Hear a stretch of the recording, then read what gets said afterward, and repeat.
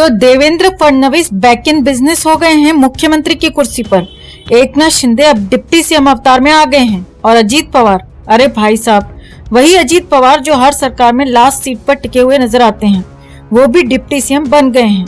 तो महाराष्ट्र में अब 2-2 डिप्टी सीएम और 3-3 कुर्सी प्रेमी दलों का संगम है। शपथ से पहले एकनाथ शिंदे जी की बॉडी लैंग्वेज देखकर लगा जैसे वो प्रधानमंत्री की तारीफ का पीरियड टेस्ट देने आए हैं। लेकिन सवाल ये है कि इतनी चमचागिरी की आखिर जरूरत क्यों पड़ी? और ये क्या, शपथ लेने के दौरान हाथ जोड़कर नमस्ते कर रहे थे और फडणवीस और अजीत पवार ऐसे मुंह फेर कर खड़े थे जैसे शिंदे जी ने फ्री का वाईफाई चुरा लिया हो। वैसे शिंदे जी की स्थिति तो वैसी है जैसे स्कूल में ओटीपी मंगाने वाले दोस्त, उपयोग करो और भुला दो।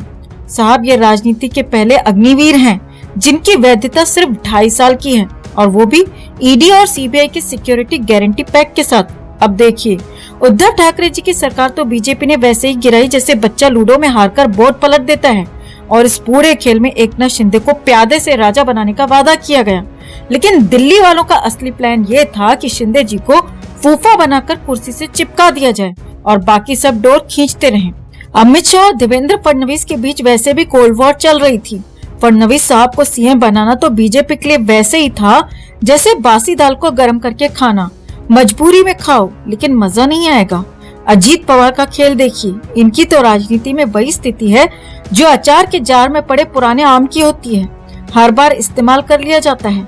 एनसीपी टूट गई, अजीत जी फिट हो गए। लेकिन अब सवाल यह है कि 41 विधायकों में से मंत्री कौन बनेगा? अजीत पवार के पास 9 मंत्री पद बचते हैं और शिंदे के पास 11 पद।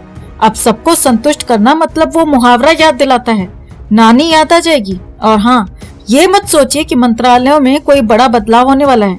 ड्रिंक वही है साहब, बस बोतल का लेबल चेंज हुआ है। गृह मंत्रालय वही रहेगा, अजीत पवार का विभाग वही रहेगा और बीजेपी का भी वही रहेगा। अमित शाह साहब ने घोषणा कर दी कि 2024 में महायुति की सरकार बनेगी और 2029 में बीजेपी 500 पार।